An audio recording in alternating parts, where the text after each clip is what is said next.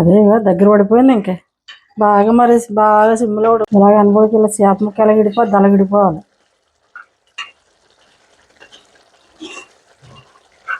చెప్పండి. ఇంకోండి మాంసం కూరలోకి ఉల్లిపాయలు వేస్తున్నాను. ఇంకా మీరు మాట్లాడినట్లే పెట్టారు.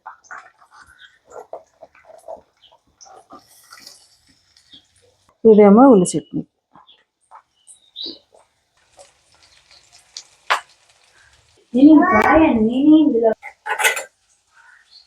తవుడు నూనె వాడతాను. ఇదైతే నువ్వుల నూనె ఇంట్లోకి ఇది కూరలకి దోశలకి అన్నిటికి నువ్వుల నూనె వాడతాయి.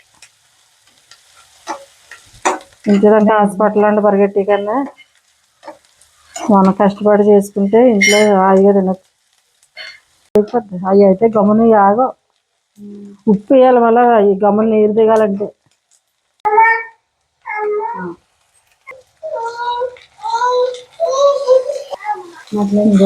చికెన్ వేస్తేనే మటన్. అదే పెద్ద ఉల్లిపాయలు అనుకోండి వాటికి అసలు ఇంకా అక్కడ ఎక్కడ వేసి అక్కడే ఉండాలి. ఉప్పు వేస్తేనేమో మొక్కను ఉప్పు పడేద్ది. ఇదైతే ఉప్పు ఏం అవసరం లేదు. వెంటనే చూసారు అలా మగ్గిపోయింది.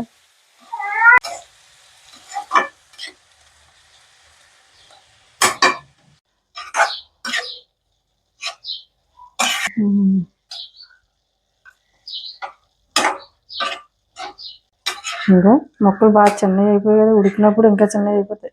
ఇంకా వేగినప్పుడు ఇంకా బాగా చింతపక్క సైజులో ఉండాలి. అప్పుడు బాగుంటుంది కూర. గ్రేవీ ముక్క చాలా కొంతమంది ఇది అయిపోతారు. అన్నీ ఇది బండకూడ కదా గట్టిగా ఉంటుంది కాబట్టి మాంసం బాగా చిన్న ముక్కలు కోసుకోవడం బాగుంటుంది. ఉప్పు కారం మసాలా బాగా పడతాయి.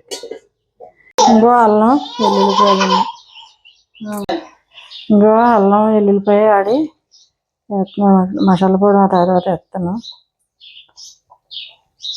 పైన నా నోరు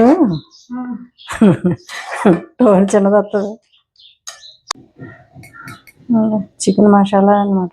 ఇంట్లో ఆడుకున్నది మేము ఒకసారి ఆడుకుంటాను నేను.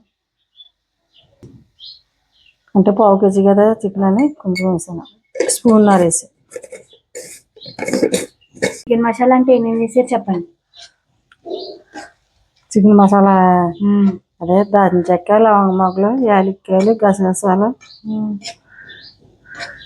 జీలకర్ర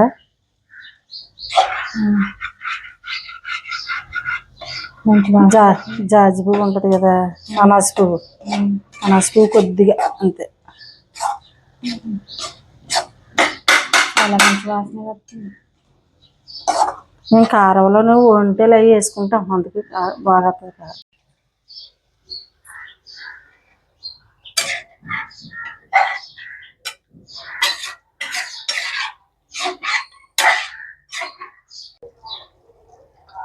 చెప్పండి. అదే ఉప్పు వేసాను. ఉడకాలి కదా బాగా సిమ్లో ఉడకాలి. ఎంత చిన్న ముక్కలు కోసినా బాగా సిమ్లో ఉడికితేనే ముక్క బాగుంటుంది. చేప ముక్కలు చక్కగా విడిపోద్ది. వారానికి లీటర్ పాలు అయ్యమ్మా చెప్తున్నాను కాదమ్మా.